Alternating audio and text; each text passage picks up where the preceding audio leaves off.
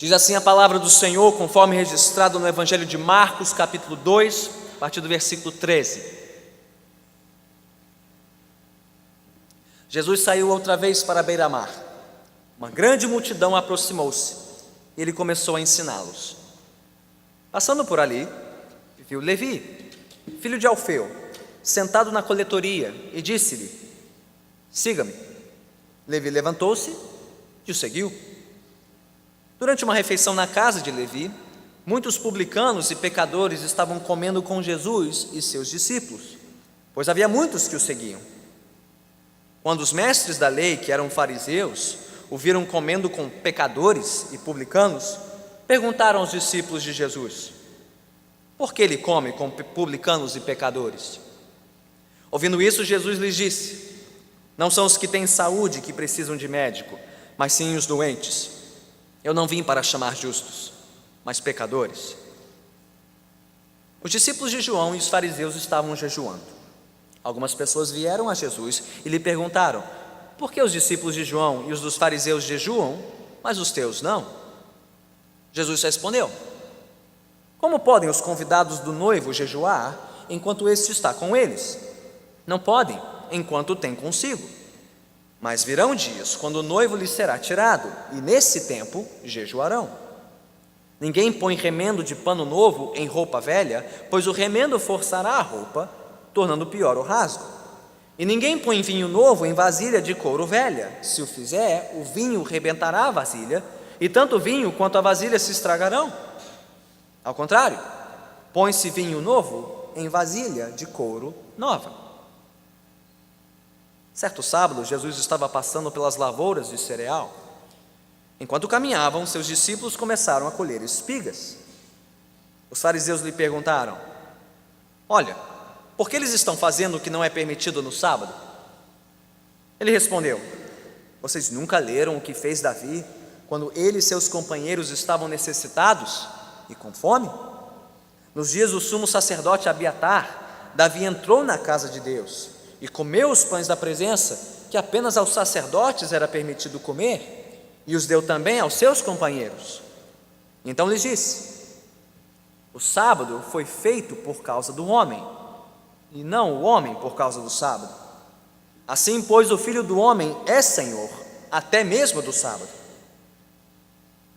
Noutra ocasião, ele entrou na sinagoga, e estava ali um homem com uma das mãos atrofiada. Alguns deles estavam procurando um motivo para acusar Jesus, por isso observavam atentamente, para ver se ele iria curá-lo no sábado. Jesus disse ao homem da mão atrofiada: levante-se e venha para o meio. Depois Jesus lhes perguntou: o que é permitido fazer no sábado? O bem ou o mal? Salvar a vida ou matar? Mas eles permaneceram em silêncio. Irado, olhou para os que estavam à sua volta e, profundamente entristecido por causa do coração endurecido deles, disse ao homem: estenda a mão. Ele a estendeu e ela foi restaurada. Então os fariseus saíram e começaram a conspirar com os herodianos contra Jesus, sobre como poderiam matá-lo. Louvado seja Deus pela sua palavra, oremos. Senhor bendito, ajude-nos mais uma vez ao caminharmos por mais esta porção da tua santa palavra. Abre os nossos olhos, Senhor, para que possamos contemplar a grandeza e a maravilha de Jesus Cristo, nosso Senhor, nosso Salvador. Dá-nos, Senhor, olhos para enxergar, ouvidos para ouvir, uma mente para compreender e um coração para aceitar tudo o que o Senhor tem a nos mostrar e a nos ensinar nesta noite. Para o teu louvor e para a tua glória te pedimos em nome de Cristo Jesus. Amém. Vamos sentar.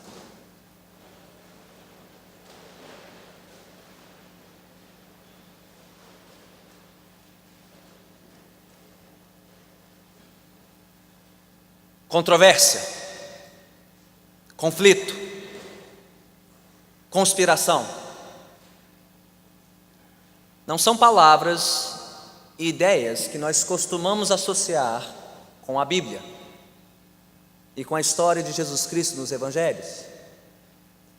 São palavras e ideias que estamos mais acostumados a associar com filmes de suspense, histórias de investigação policial e, quando muito, do jornalismo político atual, seja ele em nível nacional ou internacional.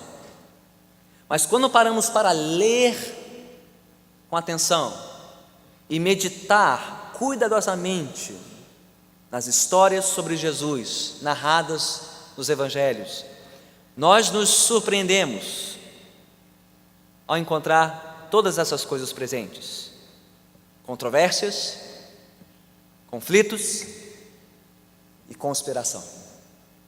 Nos relatos nos quais meditaremos hoje, não falta nenhuma dessas coisas. Todas elas estão presentes. E eu diria até com uma dose de suspense e drama que não deixa a desejar a nenhum roteiro de Hollywood.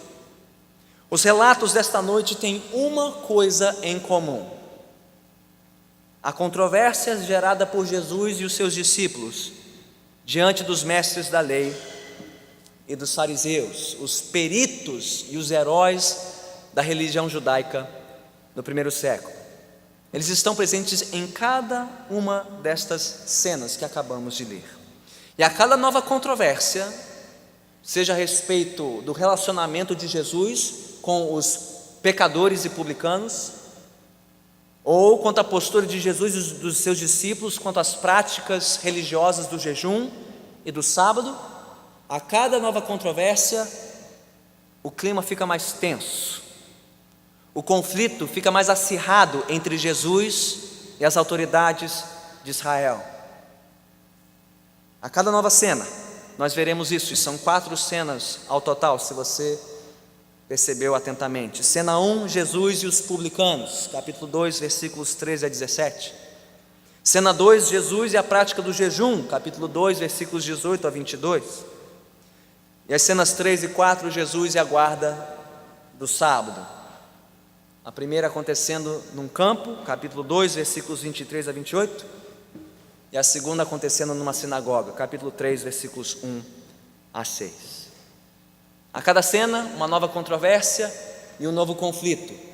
E a história desta noite termina com uma conspiração para matar Jesus. É isso que diz o último versículo que lemos, capítulo 3, versículo 6. Então os fariseus saíram e começaram a conspirar com os herodianos contra Jesus sobre como poderiam matá-lo. É a primeira vez que ouvimos falar de uma trama assassina contra a vida de Jesus. É a primeira referência no Evangelho à morte vindoura de Cristo. Mas nisto você já deveria estar fazendo algumas perguntas. O que Jesus fez para merecer isso? Ele não veio para ensinar as multidões? Curar os enfermos? Libertar os cativos? Quem pensaria em matar um homem desses? E por quê? Por que os líderes religiosos de Israel desejaram tanto assim a morte de Jesus? E o que tudo isso revela sobre a identidade e a missão de Jesus Cristo? É isso que vamos tratar desta noite. Então mantenha sua Bíblia aberta em Marcos, começando no capítulo 2, versículo 13, cena 1. Jesus chama um publicano chamado Levi. E a cena começa de uma maneira bastante familiar, não? Jesus está num lugar aberto, aqui Marcos especifica que é a beira-mar. Ele está sendo seguido por uma grande multidão, provavelmente de pessoas muito carentes e curiosas por ver este homem ensinando, curando e libertando. E Jesus fez o que ele costumava fazer, ele os ensinava. Versículo 13. Mas no versículo seguinte temos uma surpresa, porque diz o texto que, passando por ali, passando por uma coletoria, uma espécie de posto de fiscalização tributária das autoridades romanas, algo semelhante ao que você vê na fronteira entre o Rio e São Paulo, quando você está passando pela Dutra, e tem aquele posto onde os caminhões param, parece terem sua mercadoria fiscalizada e tributada.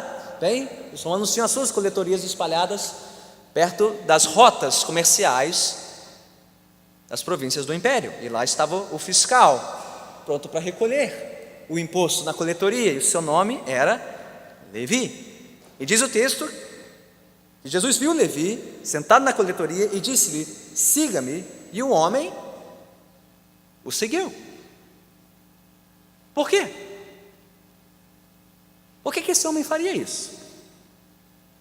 Afinal de contas, ser um coletor de impostos na sociedade romana, uma espécie de fiscal da receita imperial, fiscal de César, era sinônimo de uma vida estável e privilegiada. Ele era um funcionário público do império mais importante e poderoso da época. Era sinônimo de uma vida estável, privilegiada e sim, abastada. Porque os coletores tinham uma vida muito bem remunerada, tanto licitamente como ilicitamente, viu? Os tempos mudam, mas as pessoas não. Levi era mais um desses, da classe dos coletores, dos fiscais dos impostos das terras de César. Por que um homem desses abandonaria o seu posto, a sua coletoria, para seguir Jesus e um bando de gente carente, pobre, enferma e miserável? Ele fez isso porque ele provavelmente ouviu de Jesus o Evangelho do Reino de Deus, o Evangelho que diz que não existe nenhuma posição, por mais privilegiada e reconhecida que seja, mais honrosa e mais digna do que servir a Cristo, o Rei dos Reis. Aliás, disse Jesus em alguns dos seus outros ensinos: de que adianta ao homem ganhar o mundo e perder a sua alma? De que adiantaria para Levi ganhar uma vida a serviço de César, uma vida privilegiada, segura e abastada, somente para perdê-la na eternidade? Por que continuar vivendo para César, se Levi poderia viver para Cristo, o Rei dos Reis e o Senhor dos Senhores? Então, por que não abandonar a sua vida neste mundo para ganhá-la de volta de Cristo? A mensagem do Evangelho, portanto, diferente do que pensam muitos na nossa sociedade, não é apenas uma mensagem para os carentes, para os pobres, para os desafortunados e os materialmente miseráveis. Não, o Evangelho é para todos os espiritualmente miseráveis, que estão tentando encontrar o paraíso em vão neste mundo, longe de Cristo e longe do seu reino, sejam eles ricos ou pobres, famosos ou anônimos. Levi, que muitos identificam como Mateus, o evangelista, Levi fez a coisa certa, ele tomou a decisão correta, ele deixou o seu posto, ele deixou a coletoria para seguir a Jesus. Mas isso cria um problema, aliás, um grave problema, diz o Evangelho, porque aos olhos dos judeus, e principalmente dos fariseus, que nós já identificamos como espécie de heróis da religião judaica, os modelos de santidade da época, aos olhos dos fariseus e dos demais mestres da lei, aquilo não procedia. Por quê? Por que aquilo não se encaixava na cabeça deles? Porque Levi era um coletor de impostos e por isso um publicano. Ele era um aliado do Império Romano, ou minimamente de alguma aristocracia, alguma elite em parceria, em aliança com César, governando a Galileia, possivelmente a família do rei Herodes Antipas, um aliado de Roma, um soberano sobre a Galileia, tido como um traidor dos judeus. Porque se você é amigo do inimigo, então você é um inimigo. E os publicanos eram amigos dos inimigos de Israel, dos estrangeiros, dos ocupantes, dos opressores da nação. Então qualquer fiscal, qualquer publicano, aos olhos de um judeu e principalmente de um fariseu, ele era um traidor, ele era um homem sujo, ele era um homem impuro, tanto quanto um leproso, um homem digno da companhia do povo de Deus. Então não poderia haver contraste maior na Galileia, na sociedade judaica, do que entre os fariseus e os publicanos, tanto que Jesus contou uma parábola lá em Lucas capítulo 18, entre o fariseu e o publicano, que aos olhos dos judeus representavam os muito espirituais e os muito carnais, os do bem e os do mal. Então coloque-se no lugar de um fariseu passando à beira-mar, vendo esta cena e descobrindo que Jesus era seguido não só por Levi, mas que, diz o versículo 15, ele sentava à mesa com essa gente, com Levi e com seus colegas coletores. Diz o texto que ele foi partilhar de uma refeição com Levi e muitos publicanos e outros pecadores. Como assim? Como poderia um homem desses, Jesus, que curava os enfermos, que perdoava os pecadores, se associar com gente desse tipo? O que aquele mestre pretensamente vindo de Deus estava fazendo com tanta gente maldita aos olhos de Deus, pelo menos aos olhos dos fariseus?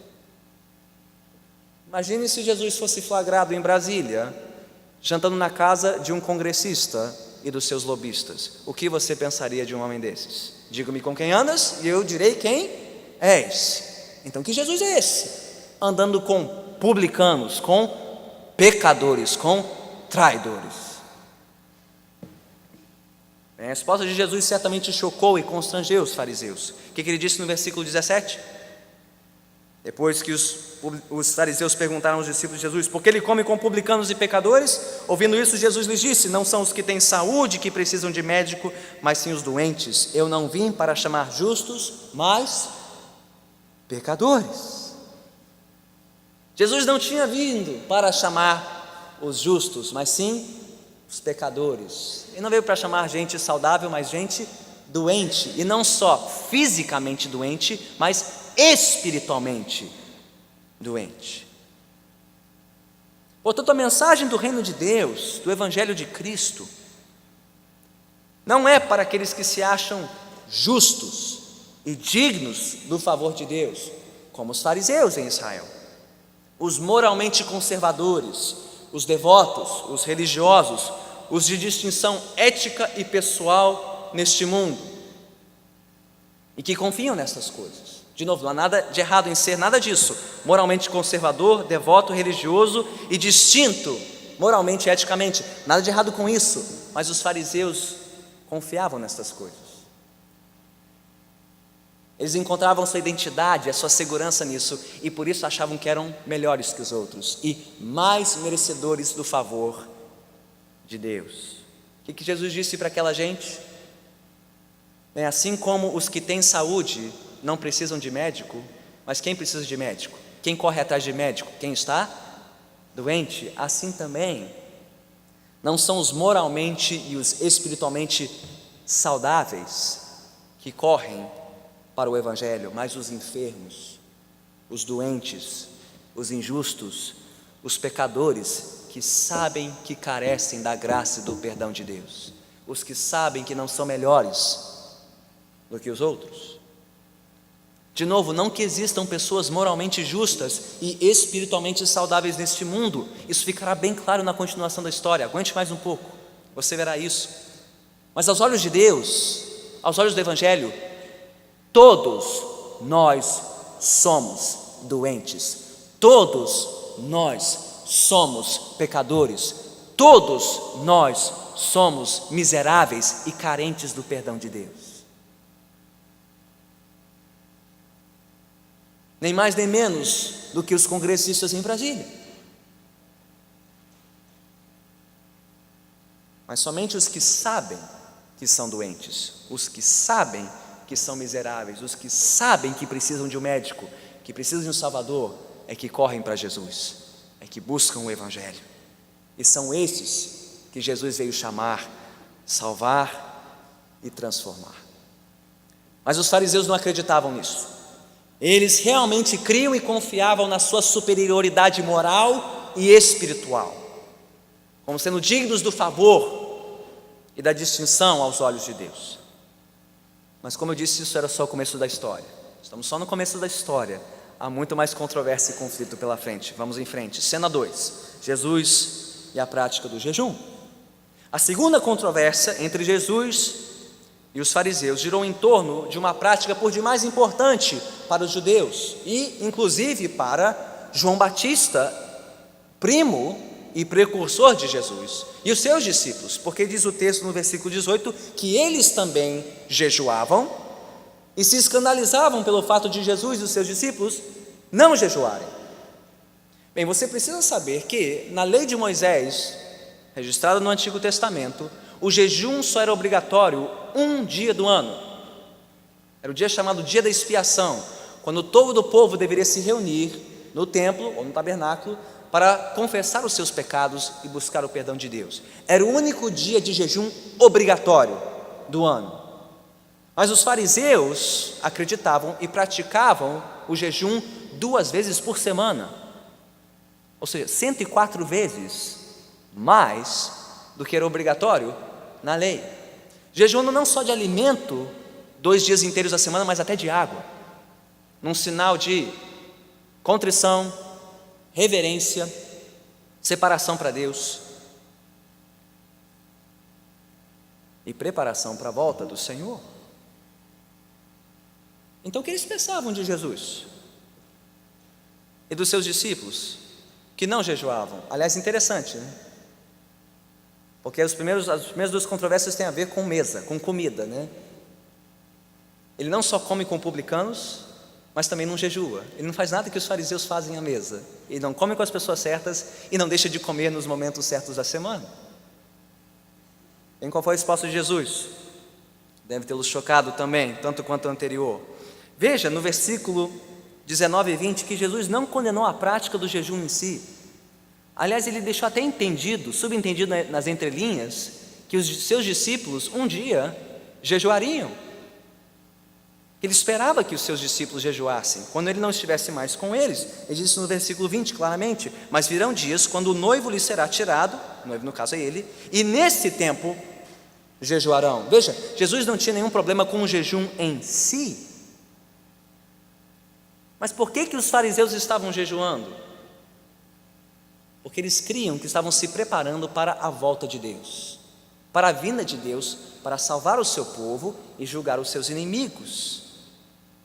O que os profetas de Israel comparavam com a chegada de um noivo para resgatar a sua noiva. Pastor, que história é essa de noivo? O assunto é jejum e de repente Jesus está falando sobre casamento, noivo. Que história é essa? De onde Jesus tirou essa ideia? Ele tirou essa ideia de Isaías, capítulo 62, versículo 5, por exemplo. Assim como um jovem se casa com sua noiva, os seus filhos se casarão com você. Assim como o noivo se regozija por sua noiva, assim o seu Deus se regozija por você. O profeta Isaías vislumbrou o dia em que Deus voltaria para resgatar o seu povo e comparou isso a um casamento, a um encontro entre um noivo e uma noiva. Outro profeta, Oséias, no capítulo 2, versículo 19 e 20, disse: eu me casarei com você para sempre, eu me casarei com você com justiça e retidão, com amor e compaixão, eu me casarei com você com fidelidade e você reconhecerá o Senhor. Então notaram a ironia? Os fariseus e os judeus estavam jejuando enquanto esperavam a chegada do noivo, mas o noivo estava ali na frente deles e eles não o reconheceram. Deus veio, o noivo chegou, Jesus estava ali e em vez de celebrarem, eles continuaram jejuando como se nada tivesse acontecido. Toda aquela preparação, toda aquela religiosidade não os preparou para enxergar Deus em carne diante dos seus olhos. E sabe qual foi a lição que Jesus tirou de tudo isso? Olha para o versículo 21 e 22, porque você deve ter estranhado isso também. O assunto é jejum e de repente Jesus está falando sobre roupa velha, pano novo, vinho novo, vasilha de couro velha. Pastor, me ajude, que história é essa?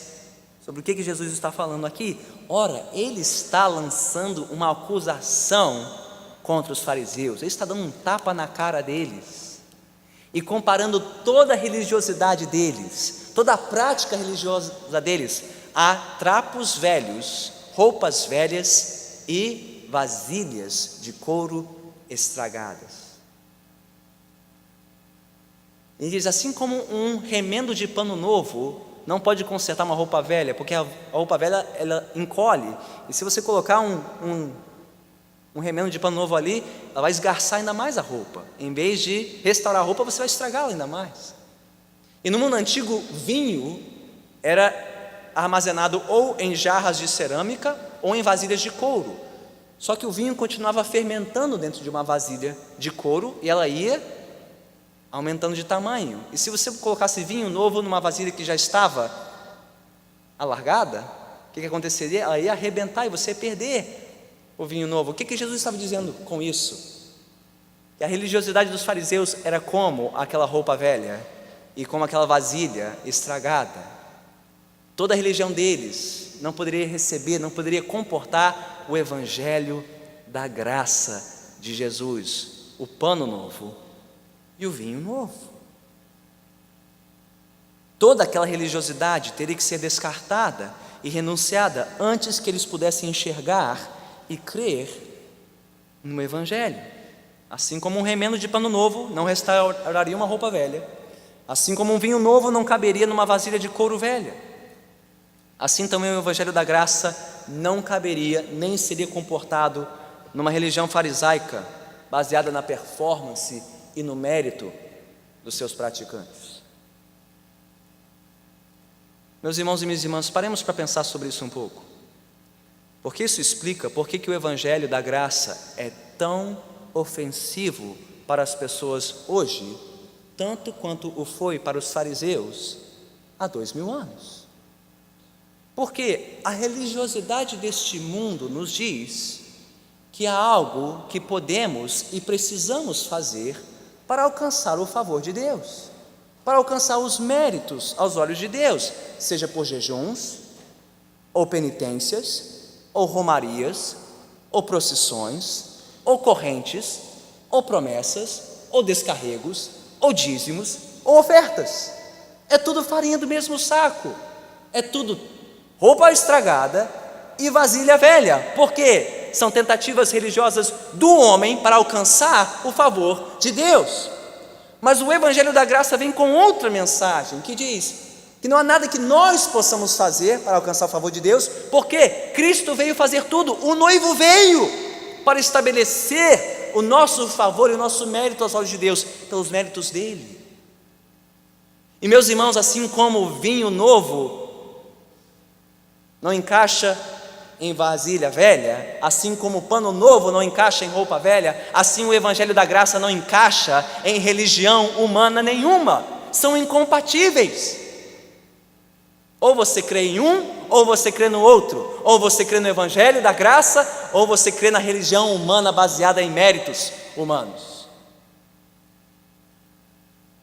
São coisas irreconciliáveis e incompatíveis.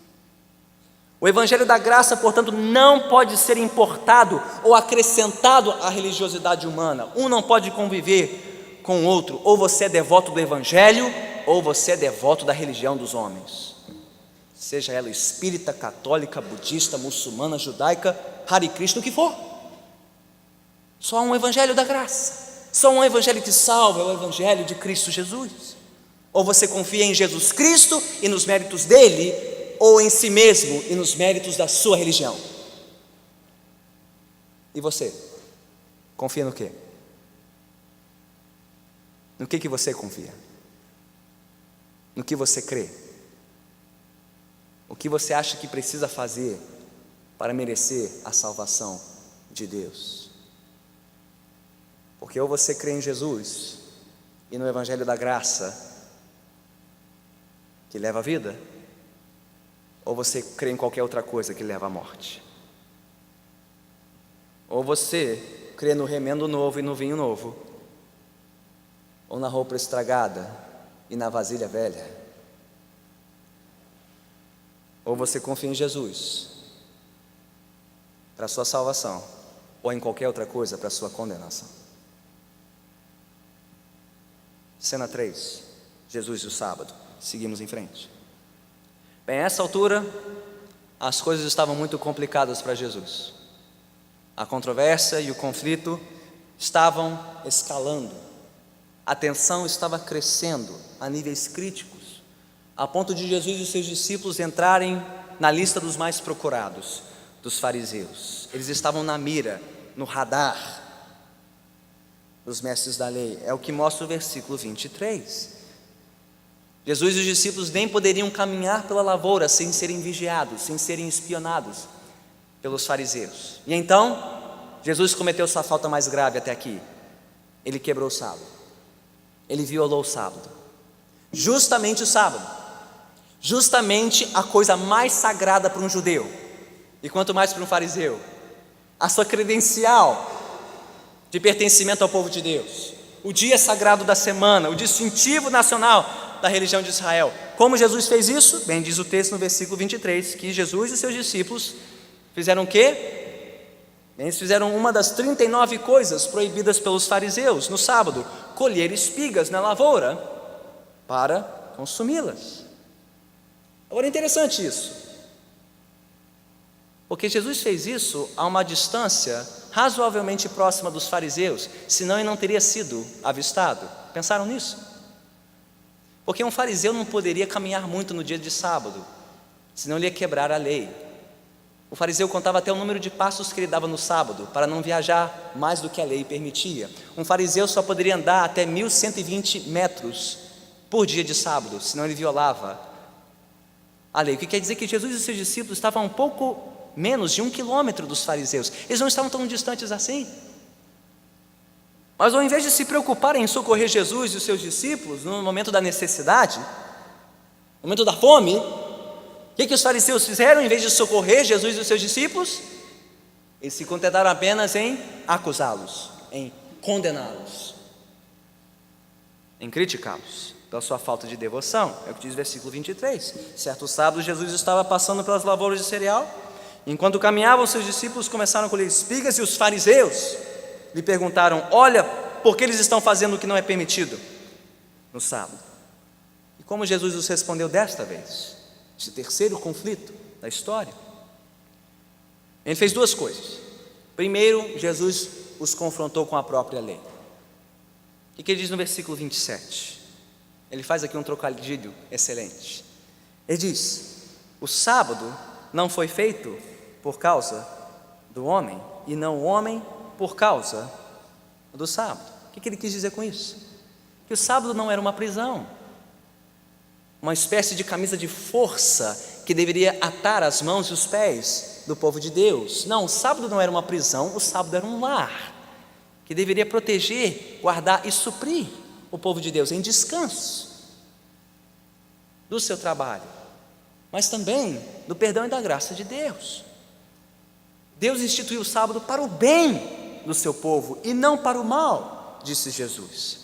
Então, como os fariseus poderiam recriminar Jesus e os seus discípulos por atentarem para uma necessidade legítima? Eles estavam com fome, acima de um preciosismo cerimonial. E aí Jesus dá uma cartada de mestre. Ele conta a história de Davi nos versículos 25 e 26. Talvez você não reconheça esse relato. Ele está registrado lá no primeiro livro de Samuel, no capítulo 21, quando Davi estava fugindo do rei Saul. E em fuga, ele estava com fome, não tinha o que comer. E passando por uma pequena cidade de Nob, onde estava a família do sumo sacerdote, Abiatar, ele pediu algo para comer, para si e para os seus companheiros. Só que a única coisa que tinha para comer era o quê? Os pães consagrados, os pães oferecidos a Deus no tabernáculo. E o que a família de Abiatar fez? Disse: não, esse pão pertence a Deus, você não pode comer esse pão. Eles pensaram mais no preciosismo cerimonial ou na necessidade de Davi? O que a história diz em 1 Samuel? Eles pensaram em Davi, na sua fome, e deram de comer dos pães consagrados. Veja, um precedente na lei para a necessidade acima do preciosismo. Mais a necessidade da fome de Davi e dos seus companheiros do que o preciosismo do tabernáculo. E justamente da família de quem? Do sumo sacerdote. Ou seja, os fariseus estavam sendo mais rigorosos do que a própria família sacerdotal em Israel foi com Davi. A lei mostrava que Jesus e os discípulos tinham direito para comer e colher no sábado. Mas aí Jesus faz uma segunda coisa. Ele não só confronta os fariseus com a lei, mas com a sua autoridade sobre a lei. O que ele diz no versículo 28? Assim, pois, o Filho do Homem é Senhor até mesmo do sábado. Jesus não se contentou apenas em recitar a lei para os fariseus, ele foi além e se colocou não apenas no nível da lei, mas acima da lei. Não só como intérprete da lei, mas como autor, autoridade sobre a lei.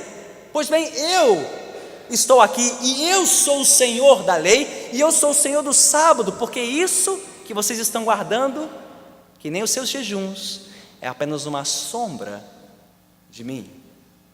Aponta para mim. Eu sou o Filho do Homem e Senhor do sábado. Aliás, nisso a história de Davi se encaixa muito bem também. A história que Jesus citou de Davi nos versículos 25 e 26.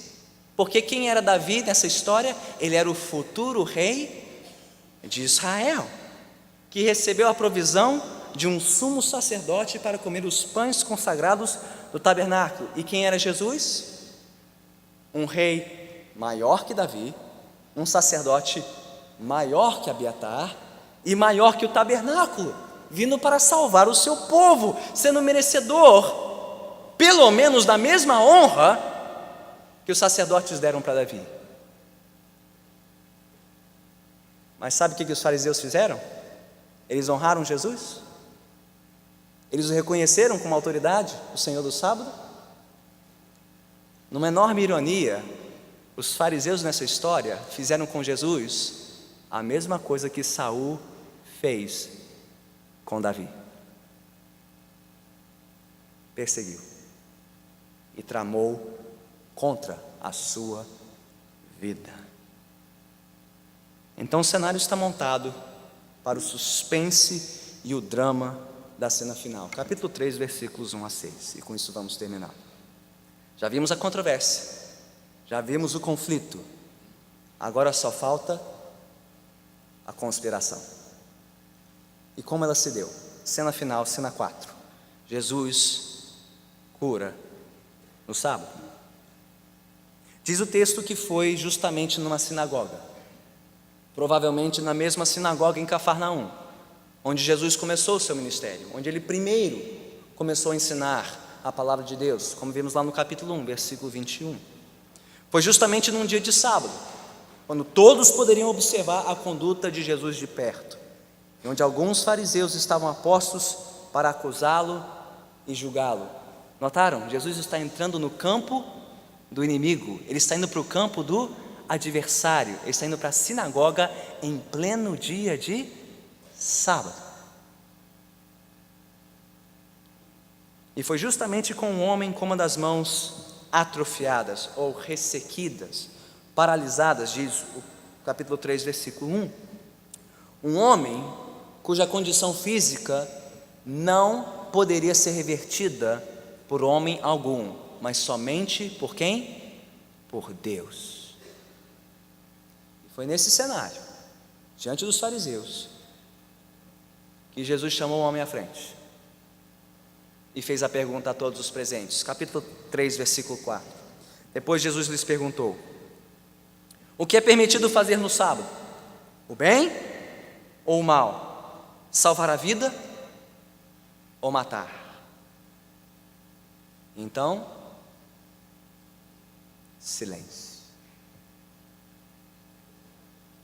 Por que silêncio?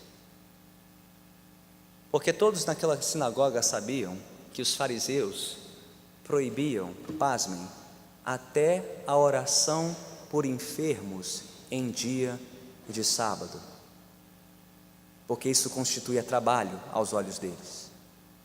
Um judeu não poderia sequer orar por um enfermo no sábado, a não ser que ele estivesse correndo perigo de vida. E aí vem a pergunta: esse homem estava correndo perigo de vida ou não? Não. Ele tinha uma mão atrofiada. Ele era mais um doente qualquer. Mas se você está acompanhando a leitura de Marcos, você sabe que nenhum doente na história é um doente qualquer. Um paralítico não é só um paralítico. Um leproso não é só um leproso, ele é uma fiel representação do povo de Israel. Este homem, de mão atrofiada e paralisada, é um espelho daquela sinagoga. Estão todos atrofiados, estão todos impotentes aos olhos de Deus. E ali na frente deles, na pessoa de Jesus, está aquele que poderia curá-los e restaurá-los e perdoá-los e salvá-los. Mas sabe o que eles fizeram? Silêncio, orgulho, soberba. Os fariseus não quiseram dar o braço a torcer. Eles não quiseram crer que Jesus era o médico de Israel, o noivo prometido, o Senhor do sábado. Eles não quiseram reconhecer que Ele era capaz de curar aquele homem e de perdoar todos os presentes. Daí o silêncio. Mas o silêncio dos fariseus era um grito de rebeldia e de incredulidade contra Jesus. Por isso que o texto diz no versículo 5, que Jesus ficou irado,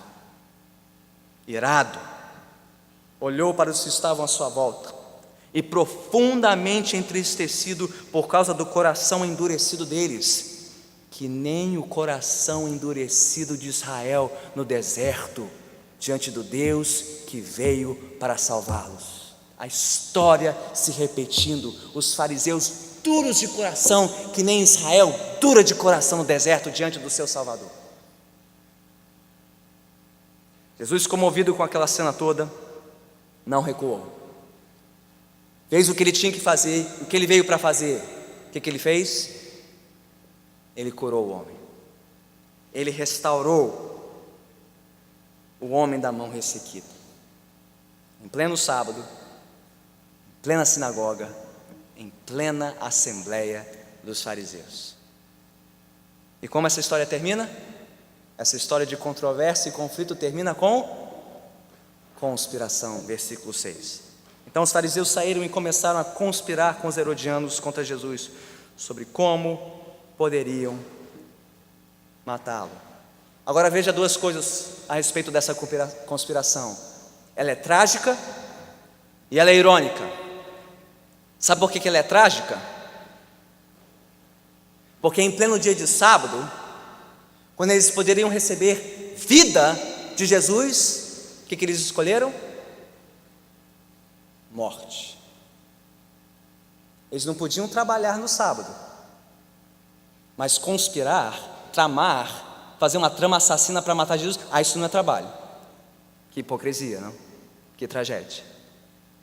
Mas você se lembra como essa história começou? A primeira coisa que chamou a atenção dos fariseus eram os companheiros de Jesus. Jesus andava com quem? Publicanos. E quem eram os publicanos? Eles eram os oficiais dos aliados de Roma. E com quem que os fariseus conspiraram aqui no versículo 6? Com os herodianos. Você sabe quem eram os herodianos? Eram os amiguinhos dos romanos. Então Jesus não pode andar com publicanos e não pode comer com eles, mas formar uma aliança com os aliados de César, os herodianos, para matar Jesus, isso não tem problema. Que ironia, não? Que hipocrisia. Que tragédia. O que essa história de conflito, controvérsia e conspiração nos ensina? Desde a sua primeira aparição, Jesus foi um rei e senhor por demais inconveniente. Inconveniente para os fariseus, inconveniente para os campeões da religião nacional de Israel, porque ele desmascarou os fariseus, ele desmascarou a religião hipócrita daquela gente, ele mostrou exatamente o que era aquela religião: roupa velha, vasilha estragada, religião que não cura, que não salva, que não traz vida, tanto quanto qualquer outra religião humana que quer alcançar o favor de Deus. Mas Jesus não foi apenas inconveniente para os fariseus, ele foi inconveniente para os herodianos também. Você se pergunta, por que os herodianos fariam uma aliança com os fariseus contra Jesus? Os herodianos e fariseus eram arqui-inimigos. Então por que eles se juntariam contra Jesus? Bem, você se lembra de Levi? Você se lembra dos publicanos? Jesus estava saqueando a fonte de sustento dos herodianos. Jesus estava saqueando Roma e o seu império, porque Jesus é inconveniente para estes também, os aliados de um império corrupto, que não podia curar nem salvar os seus servos, os publicanos e pecadores, que trocaram César, o rei de Roma, por Jesus, o rei dos reis, por uma vida que este mundo não pode nos dar. E por ser este rei senhor inconveniente, Jesus suscitou a ira assassina dos fariseus e dos herodianos, que conspiraram juntos para tramar a sua morte. Mas sabe o que é mais incrível nessa história? Na absoluta soberania de Jesus, a conspiração assassina dos homens serviu à conspiração salvadora de Deus. Quando os homens tramaram a morte de Jesus, Deus estava colocando em ação o seu plano para salvar-nos pela morte do seu Filho na cruz do Calvário. Glória a Deus, Ele é soberano. Tanto lá então como aqui agora, Jesus continua sendo um Senhor inconveniente. Mas Ele é um rei que exige uma resposta. Você pode tentar resisti-lo, você pode tentar resistir Jesus, você pode tentar se opor ao Rei dos Reis e ao Senhor dos Senhores, tanto quanto os fariseus, tanto quanto os herodianos, tanto quanto regimes muçulmanos, governos totalitários, acadêmicos ateus e agnósticos, ideólogos políticos seculares e até indivíduos devotos, conservadores e muito bem-sucedidos, mas cujos corações se endurecem diante do Evangelho da graça para a sua destruição. Você pode resistir Jesus, ou você pode seguir Jesus, como fizeram os publicanos, como fizeram os pecadores nessa história, os que abandonaram as ofertas deste mundo, os que abandonaram as riquezas deste mundo, os que abandonaram as posições de honra, glória, fortuna, fama e felicidade neste mundo, para alcançar uma felicidade maior, uma recompensa melhor que este mundo não pode nos dar, reconhecendo a sua miséria e a sua enfermidade espiritual, correndo para os braços de quem? O médico de Israel, o noivo prometido, o Filho do homem, o Senhor do sábado, o crucificado, que veio nos trazer cura, perdão e salvação. E você? O que você fará neste domingo, nesta igreja, nesta noite? O bem ou o mal? Você escolherá vida ou morte? Você resistirá a Jesus ou você seguirá Jesus? Renda-se a Jesus. Renda-se a Jesus. Entregue-se a Jesus e siga-o, como fez Levi, como fizeram os publicanos e os pecadores, para a cura e para a salvação eterna da sua alma. Oremos.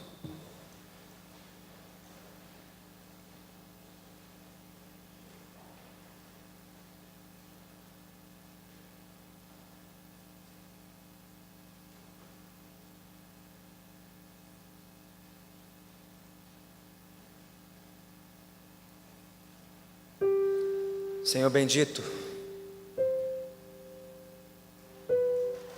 nesta noite o Senhor coloca diante de nós claramente estas únicas duas alternativas: a vida ou a morte, a salvação ou a destruição, o teu reino ou os reinos deste mundo, a tua oferta de graça ou as ofertas desgraçadas deste mundo. Ó médico de Israel, ó noivo prometido, ó filho do homem, Senhor do sábado, Senhor Jesus, ajude-nos, Senhor, a não te resistirmos, mas sim a te seguirmos. Ajude-nos, Senhor, a renunciarmos às roupas velhas e às vasilhas estragadas deste mundo, a religião e a vida deste mundo que não salva, não cura, não liberta, não traz vida, para abraçar o teu evangelho, pano novo, vinho novo, vida nova, descanso verdadeiro para as nossas almas. Vem, Senhor, nos curar, nos limpar, nos libertar dos nossos pecados, da nossa rebeldia, da nossa resistência carnal ao teu evangelho. E ajude-nos, Senhor, a não confiarmos em nós mesmos, mas sim em ti, a abandonarmos o que for necessário, como fez Levi o coletor e aqueles outros publicanos, para seguir a ti, Jesus, e somente a ti. Ó Pai, seja o que for que estiver se levantando entre nós e ti, em cada um dos nossos corações, seja o dinheiro, seja o trabalho, seja um padrão de vida cobiçado, um relacionamento,